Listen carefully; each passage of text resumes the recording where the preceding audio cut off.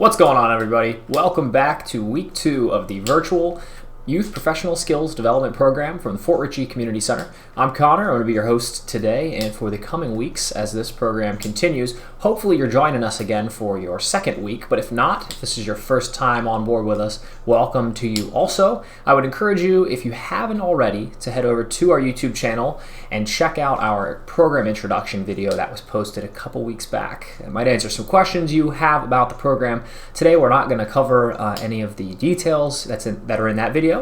That way we can go ahead and jump right into our week 2 topic. Keep the program rolling. So at the end of this video today, there will be my contact information. So if you have questions after following along today, don't hesitate to shoot me an email, but we'll cover that at the end of the video. So without further ado, let's jump into week 2 of the virtual Youth Professional Skills Development Program. So this is week 2, May 11th. Thanks again if you are tuning in for your second week. I'm excited that you've found your way back here with us, and hopefully you enjoyed our week 1 presentation. I had a ton of responses to the weekly question, so that will also be part of this week's video, so be sure to keep an eye out for it and be thinking about your answer to that as we go through this lesson today, which I have planned to be a little bit shorter than last week, so hopefully you guys enjoy that. So week 2 will be all about online awareness and online etiquette. In this seminar, we'll be covering topics regarding the time that you spend online as a teenager. And if you guys are anything like I was at your age, I practically lived on the internet, whether that was on social media, Facebook or YouTube, playing video games online with my friends, texting, stuff like that. I definitely spent my fair share of time online. And now, while that time online can be fun, this week we'll be discussing some of the other elements about online activity, specifically like how your actions or your interactions can affect your future or your future career, and how to make sure you're making appropriate decisions while you're spending time online as a teenager. So I found a study, or some results to a study, that I felt would really give you guys a good introduction to this topic. So I'll share those statistics with you now, and they were very surprising to me, so they might surprise you also. So surveys show that 90% of kids your age, this program is for kids 12 to 17, so 90% of teenagers 13 to 17 have used social media. So that's pretty broad, so let's narrow that down a little bit. 75% report having at least one active social media profile. 51% report they visit one social media site at least every day. And then 2/3 of teens report that they have their own mobile device, which is capable of accessing the internet. And finally, on average, teens are online almost 9 hours a day, not including time for homework. So arguably, 9 hours could be more time than you spend asleep on an average day. So that's pretty surprising. That definitely surprised me, but that probably applies to adults as well as teens. So just felt like those are some interesting statistics to share with you guys that might put into perspective what our conversation today is going to be about. So, as those statistics mentioned, teens spend a lot of time on at least one network, but I've compiled some examples here of a lot of the popular networks out there, of which I am part of most of them, and I'm sure some of you guys have experience with or accounts on a lot of these as well. So Facebook, Twitter, Gmail, YouTube, whether it's through school, a lot of these are also really great tools, especially in the professional world. The community center relies a lot on Facebook for communicating. I rely a lot on Gmail, and as you're experiencing right now, we use YouTube to share these videos with everybody. So just some examples. Certainly texting and calling, while they might not seem like it, they definitely are an example of an online activity that you guys should be aware of your activities on those and how that could influence your online presence as a whole. So moving on, continuing that discussion. So why is this topic important for your age group and continuing forward in your professional career? A recent study found that 77% of recruiters, so people who hire for jobs, run searches of job candidates, people that apply, on the web to screen them, which essentially means they're looking for information about you that's visible publicly online. And 35% of that group said that they have eliminated a candidate based on information they uncovered. So they dug up something on somebody who applied. Maybe somebody left information online that they shouldn't have, and the recruiter found that, and as a result, that person didn't get hired just because the recruiter found something online that they didn't like. So that's pretty surprising. That over a third of those recruiters felt that there was some kind of content that they found inappropriate or that didn't align with what the mission of that business was, and they didn't hire somebody because of it. And admittedly, I'm in that category. I have found information on a candidate before and made hiring decisions based on that maybe I negatively perceived the person's content or the post, something to that effect. So why is this important? Today we're going to discuss 3 ways that you can be aware of your online presence to hopefully avoid being in this category of candidates who are eliminated based on online decisions. And sometimes those decisions are made accidentally, or your friends tag you in something that you don't mean to be tagged in. So we're going to talk about some ways that you guys can be more aware of your online presence and help to improve your professional profile online.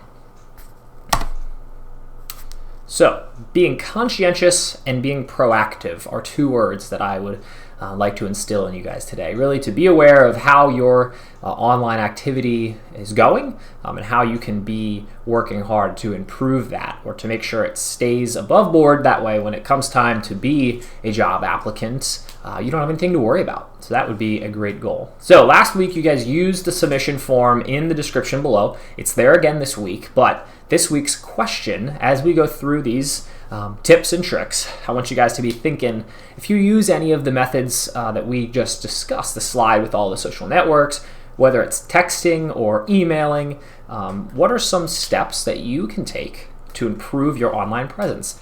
And maybe you're sitting here saying, I don't use social media. That's fine. I have a feeling you've probably sent an email or sent a text message, used Snapchat or posted a picture online. So there are ways that everybody, regardless of what networks they use, could make improvements about their online activity. So we'll cover a few of those here, but this week's question is to pick one that applies to you or to your activities online, and tell me 1 or 2 steps that you can take to improve your social media or online presence for your future as a professional.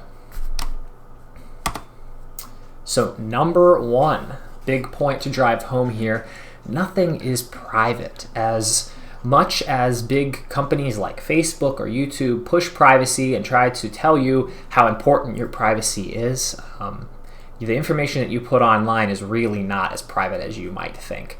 So a great rule of thumb here, just don't post anything if you are on a social network that you share information, pictures, posts, words. Don't post anything, or you or your friends, if you share information to your friends' sites that you wouldn't want a future employer to see.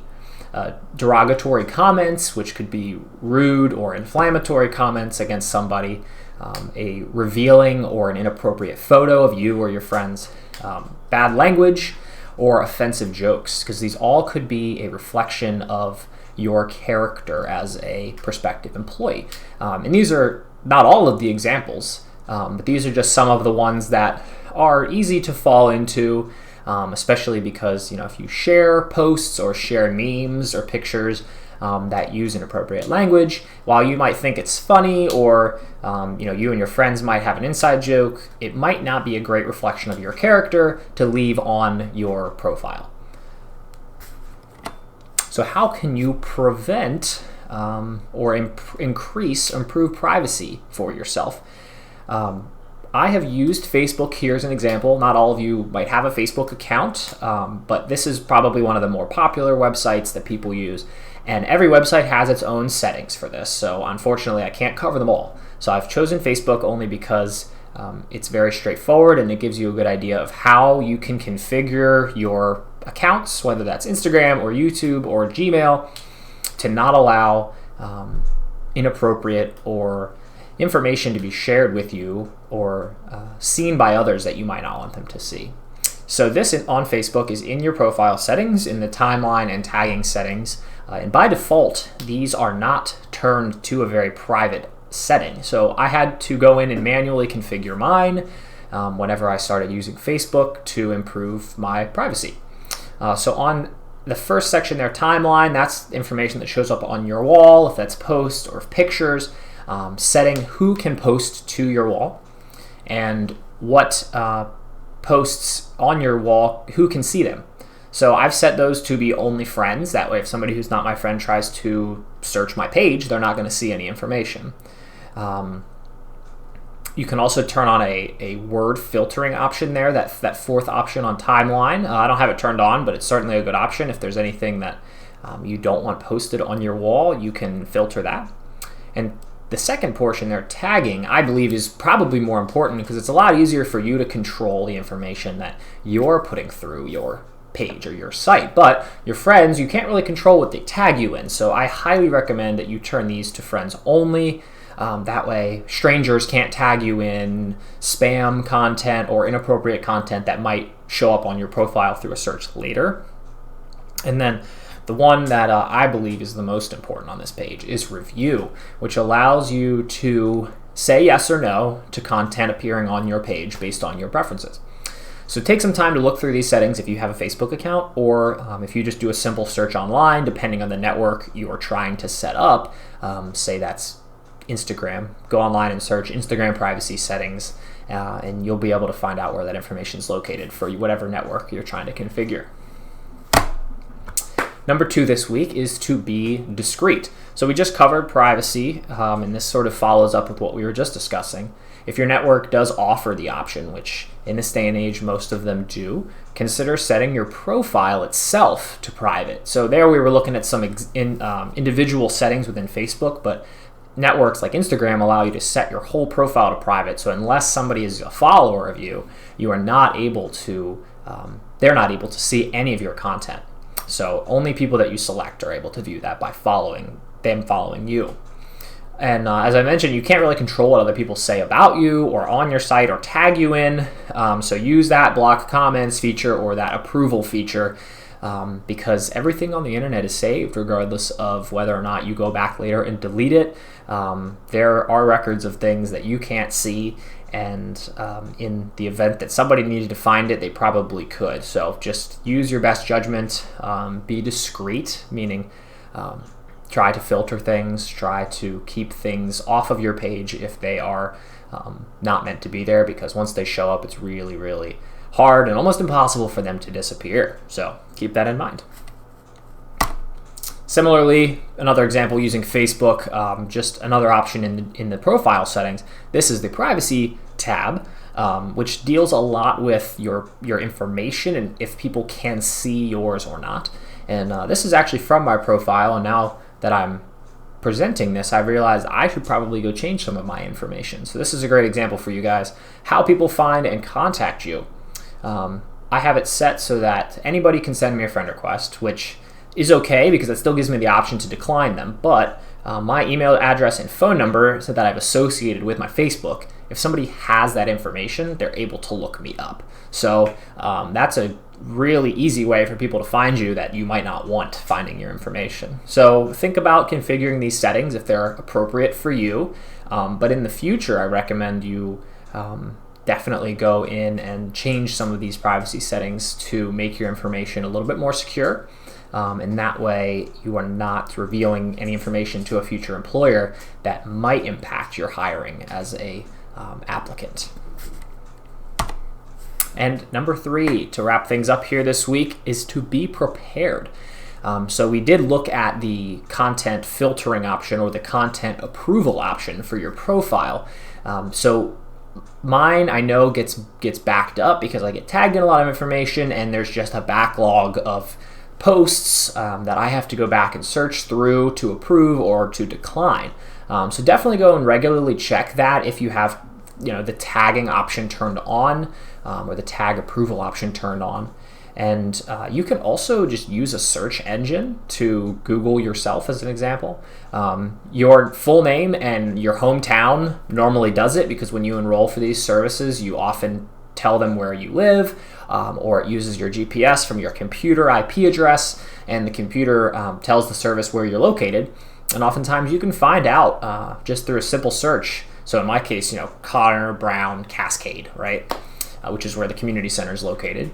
And you probably would find some of my social media, my professional, through our website as an example, community center, that kind of thing. You definitely would find that, since my name's listed on the community center website. So definitely just be careful with the information and be prepared, because in the future you might realize there's information on there that you can't remove. So it's better to be safe now and to not post things, despite how funny or fun or how much your friends like it. Be thinking about your future now, because it's very difficult to go back through, especially when you're somebody like me who's had Facebook for 10 years. It's practically impossible to go back through that much content and delete digital dirt on yourself that you might not want somebody to find later. So wrapping up here, are 3 big components. Nothing is private. Be discreet and be prepared. So if you guys have any questions about these components today or the topic in general, don't hesitate to reach out to me. And don't forget, your weekly question will be due by Sunday night of this week. The link to submit that is in the description, and all I'm looking for there is 1 or 2 ways that you can improve your online presence. Whether that's to filter your pictures better or to be more careful about the things you're posting online, which is all okay. And hopefully this has given you guys some ideas about how to be more conscientious about your online presence as a professional. So thanks for tuning in today, guys. Really excited that we're already into our 2nd week. Looking forward to the coming weeks and the topics we're going to cover. And I love seeing your responses. So as soon as you post them, I get to take a look. So that's really exciting for me. Thanks for joining in with us again this week. If you guys have any questions, feel free to reach out. And if you are new to this program, like I said, go ahead and head down to our YouTube channel and watch the program introduction video for this program. So I hope you guys have a great week. Looking forward to seeing you in the next one.